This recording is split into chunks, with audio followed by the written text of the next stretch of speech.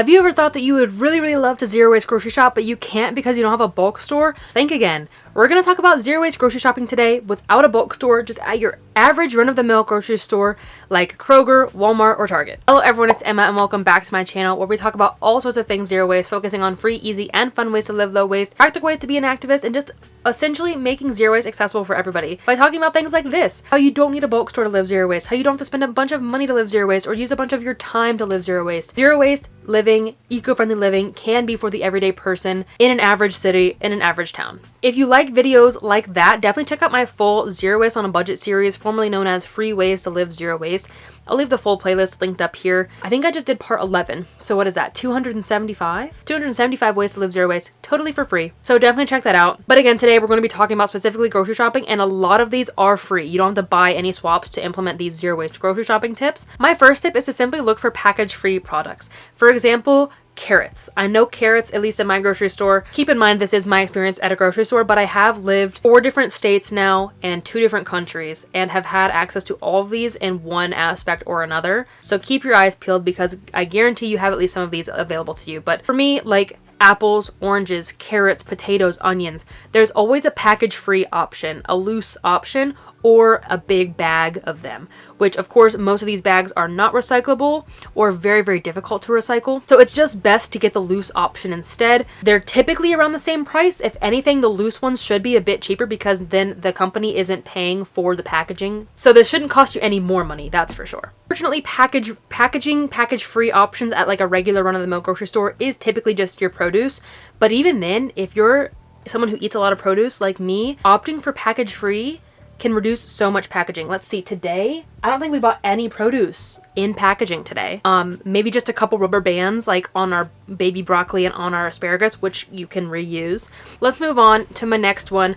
Now that we're out of the produce section, we're walking like through the aisles, I opt for recyclable materials or even recycled materials. If there are any brands out there that say like, hey, we use recycled paper to make our pasta boxes, I would opt for that if that's a thing. I saw that sometimes like at Sprouts, like at natural markets, but at your run-of-the-mill grocery store, you're probably not going to see that often. Anyway, recyclable materials, things like metal, paper, even recyclable plastic. So what's a recyclable plastic?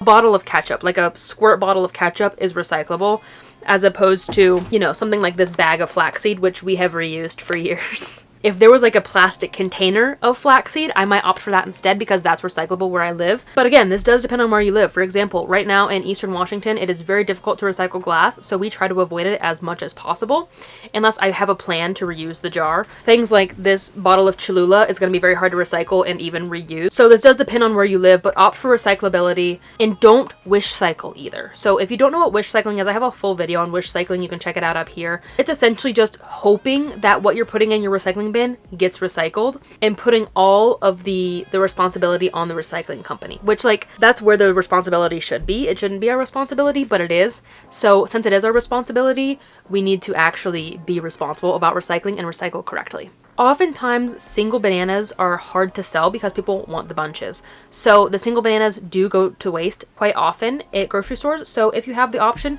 pick the single bananas. It's a great way to prevent food waste at a grocery store. My local grocery store also, I've seen this on every military-based grocery store, which is pretty cool. They have a bag of bananas, a paper bag, which is cool, easy to recycle.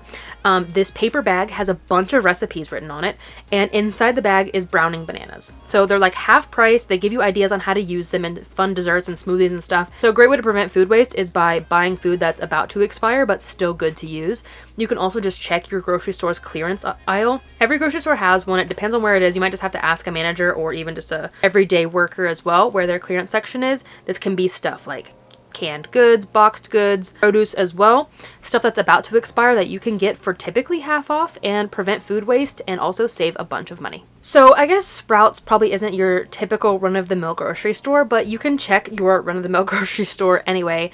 My local Sprouts had a sign on some of the produce options that said locally grown. So in Nevada, it was Nevada grown, and they would have it like above the onions and the potatoes, stuff that was grown locally. So this is a great way to reduce emissions because, for example, now I'm in Washington, a lot of our produce, especially still this time of year, is like grown in Mexico and southern US. So it does take a while to go to travel up here, a lot of emissions to travel up here. But a couple weeks ago, I did see they had like locally grown apples out front. So we chose those apples that week instead of imported apples. And this is just a small way that you can reduce your personal carbon footprint and choose locally grown produce. So if you don't have access to a farmer's market, you can't make it to the farmer's market, because a lot of them are like during weekdays and I can't make it to them either. This is still a great way that you can support local farmers through your local grocery store. I guess that's another tip, is support local grocery stores. But for example, my hometown, we had a little tiny grocery store that I would, if I lived there as an adult, I would support instead of driving, 20 minutes to the closest Walmart or Kroger, just to keep my money in the local economy instead of in billionaires' pockets. Typically, ugly produce doesn't even make it to the shelves of grocery stores anyways, because as humans, we eat with our eyes first. We eat what's pretty. We are aesthetic creatures. So we're going to pick the pretty items, which means the pretty items are what makes it to the shelves of grocery stores. But even then, the occasional ugly guy, the ugly pepper, ugly broccoli will make it to the produce store. So pick those ugly ones, because again, people are going to pick the pretty ones typically. So if you're picking the ugly ones, you're going to probably prevent food waste, because if nobody else is going to pick that ugly one, you will, and you can enjoy it. It's going to taste the same. This also goes with stuff in the aisles. Pick the slightly ugly or damaged boxes and cans. Some brands, even like when they do a rebrand and they have like new logo, new design on their labels and stuff, they'll put the old ones on discount. So you can opt for that as well. I've heard this discourse online a lot when I'm talking about dented cans. You don't want anything with like a huge dent, because it could introduce bacteria. Now, granted, I don't think they would put items with huge dents out on the shelves. I'm talking a small dent here and there, a small like dent on a box of pasta, a ripped label on a can of beans, stuff like that. Again, they're ugly. People are gonna buy the nicest, prettiest looking items, even if they are like packaged. So if you pick the slightly damaged ones, you're probably preventing food waste as well. Back to the produce aisle. We're kind of jumping all around, but this one is just to skip the produce bag. You don't need it most of the time. If you're like immunocompromised, you really just can't have any sort of germs on your stuff. I understand that. Do what you can. You can take those produce bags home and reuse them as waste bags, like for your pets, for your trash cans. If you're getting a lot of items, like we typically buy like 10 to 12 kiwis per week for our work snacks, that's a little outrageous to not have in a bag. But we also go to self-checkout. So the only person I'm inconveniencing by not using a bag is myself. If I was at a cashier, I would feel really bad for making them have to like count them all out and like having to handle 10 different kiwis all at once. So that is a different story. If you want produce bags, opt for reusable. You can buy them if you want to, but because we are a budget channel over here, make your own produce bags. You can just reuse ones you already have, or I used to make them out of old t-shirts that I thought couldn't be donated because they had holes or stains, or they just were hyper personalized. And then I would just sew a string in the top that would cinch it shut, and there, boom, reusable produce bag that I made for free. These swaps too, if you're like really interested in them but they're too expensive for you, you can ask people to get them for you as gifts, like if your birthday or a holiday is coming up. But yeah, overall, you don't need a produce bag, especially for things like bananas, melons, mangoes, oranges, things that you're not even going to be eating the outside of. Like, I get it, like an apple or a pepper, you're going to be eating that stuff that's touching the car, that's touching the conveyor belt. That's different. But like stuff that you're not going to be eating the exterior of, why do you need a produce bag for it? Similar to that is use a reusable grocery bag. Again, you can opt for a brand. You can buy some. My favorite big ones are Lotus Trolley Bag. They sit right in your cart. They help you organize your produce. I love these. When we were buying a bunch of produce, a bunch of groceries, we would shop a week at a time. These were great. But now we have a really, really tiny fridge that you can't see in the RV. So we only shop for like a few days at a time. And those, now my favorite grocery bags are from Bagu. They are super, super durable. They also pack down, I'll just grab it. They pack down this big, so they're really easy to fit in a backpack or a purse or something. Unlike the Lotus trolley bags, they are quite big, so it kind of depends on your own personal preference. If you are in the market to buy, those are some great options. They'll be linked down below. But if you want the budget option, again, use what you already have. If you already have like some tote bags lying around that you got at festivals or whatever it may be, you can use those. You can reuse plastic grocery bags until they break. They're really not the most durable, but you might as well use what you have. Again, it's the budget option. You can make some yourself out of old clothing if you're talented with a sewing machine. Or the other budget option is to go to a thrift store. I see tote bags all the time at thrift stores. They don't have to be pretty. They don't have to be aesthetic. They're probably going to cost you 50 cents or $1 a piece at a thrift store. My first reusable bags were all stuff that I found dumpster diving or at thrift stores. So, but this could also just be a budget option if you don't want to buy a bag. But during COVID specifically, I would just put all of my stuff back in my cart to prevent using the bags and then bag it myself in the car. But again, if you don't have bags, you can reuse boxes that you get from online shopping. You can get a laundry basket that you already have, load all your stuff into those boxes and baskets, and then carry that in your house that way. And again, you're preventing any single-use plastic this way, and it is the budget option. Next tip, learn how to use your food waste. I have a full video coming. I'm not really sure when. I want to do it later this year with like literally over 100 ways to use food waste. But learn how to use your food waste. For example, I'm just going to roll some off the top of my head. Denahi eats our broccoli stems, our cauliflower leaves, our beet peels. He eats like carrots that have gone floppy. Other ways you can like floppy vegetables, floppy carrots, floppy celery. Like that's not rotten. It's just not a great texture. Throw it in a soup. It's gonna get cooked and turn floppy anyway in a soup. Throw anything in your fridge into a stir fry, a soup, into any sort of pasta. Like make, people call them like everything but the kitchen sink recipes or garbage meals because you're just using all these leftovers.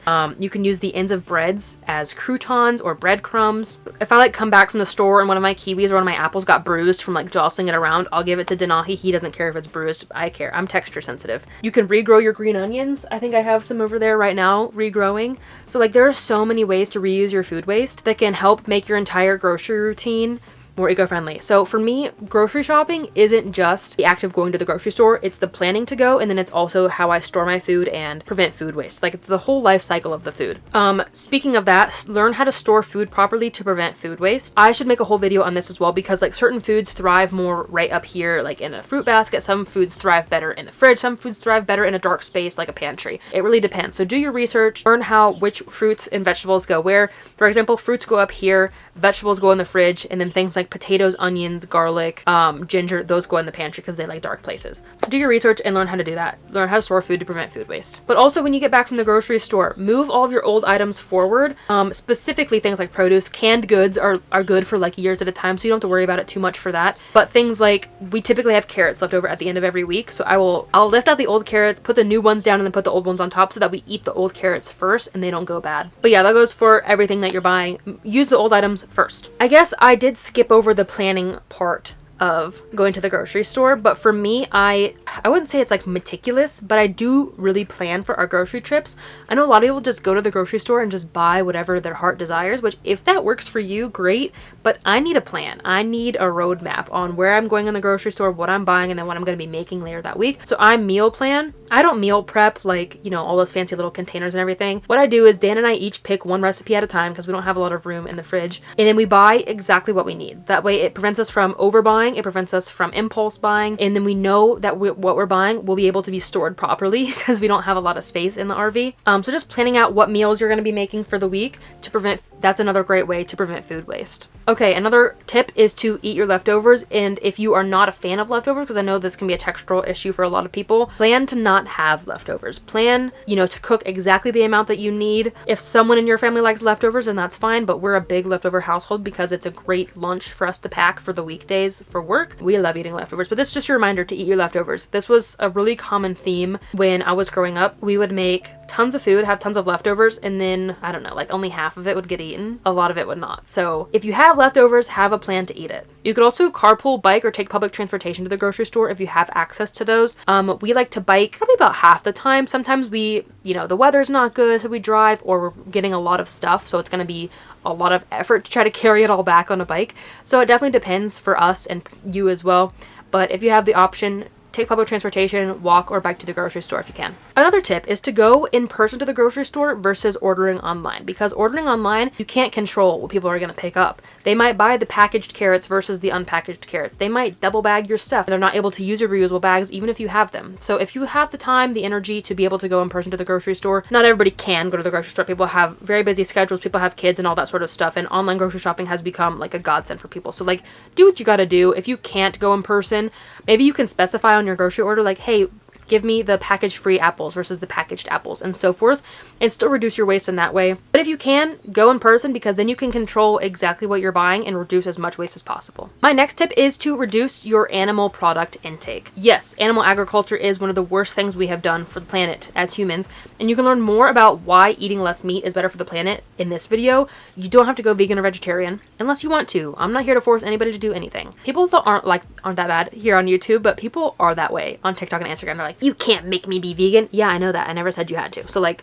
but if you're interested in eating a diet that's more friendly for the planet, eat less animal products, because even the most sustainable meat is still not as sustainable as a can of beans. That plant-based meats are not like very sustainable. They are more sustainable than animal-based meats, but like your best option is going to be whole food plant-based. So things like beans. I love beans though. So, you know, it depends if you want the fancy vegan swaps or not, but those are also going to cost you more money, and I'm here for the budget eco living. So, but anyway, the fewer animals that we all eat together, the better it is going to be for the planet. But speaking of, just eat more whole foods, because the more whole foods you eat, the better that's going to be for the planet. And this is very nuanced too. Like a mango that I got shipped from like Mexico or Thailand versus, I don't know, a locally made fruit snacks made out of apples or something. Those are very like different ends of the spectrum. But what I mean is Whole Foods, typically you can find package free, specifically plastic free. You can often find them at like farmers markets or like locally grown sort of stuff. Also, like just the processing of creating something. I'm not saying processed foods are bad. What I am saying is that like processed granola bar,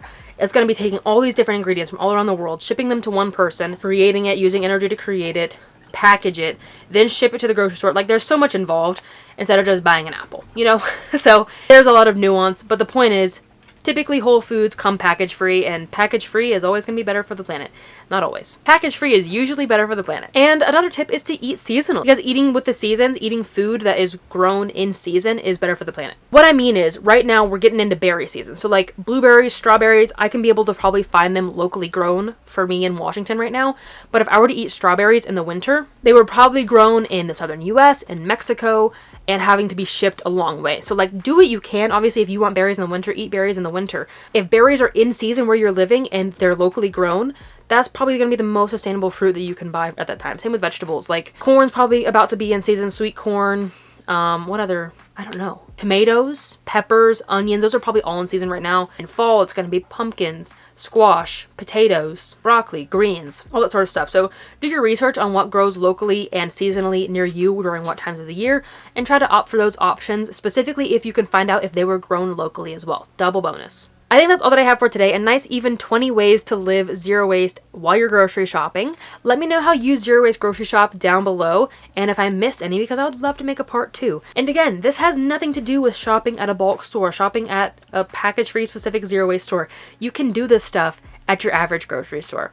I've done this on a military base, on 3 military bases now. So you can do it no matter where you live in the world, no matter what region of the US you live in. I've lived in big cities, I've lived in the middle of nowhere. I've lived in between. So like you can have access to this sort of stuff no matter where you are, and implement some of this stuff no matter where you are. But also a bonus, I guess I should have mentioned this at the beginning, I have a free guide to zero waste grocery shopping that you can download down below. It's always on my website all year long, totally free, so get it while you can. And you can always have this little pocket guide on your phone with you. You can print it out, I suppose, if you want to, but it's meant to just be a download that you can reference whenever you're at the grocery store. If you forget any of these tips, that way you don't have to watch a 20-minute video every time you go to the grocery store. But again, totally free. So go check it out. That is all that I have for today. Thank you so much for watching. I really appreciate your time, especially if you made it all the way to the end. If you enjoyed this video, don't forget to give it a thumbs up and let me know your zero waste grocery shopping tips down below. If you are new here, I'd love if you hit the subscribe button and join this community. I'll see you in next week's video. But until then, remember that your small actions make a big difference in the long run. Bye, guys. Hello everyone, it's Emma, Hello everyone, it's Emma, and welcome back to my channel where we talk about all sorts of zero waste. Double bonus? Sure. I think that's all that I have for today. Nice even 20.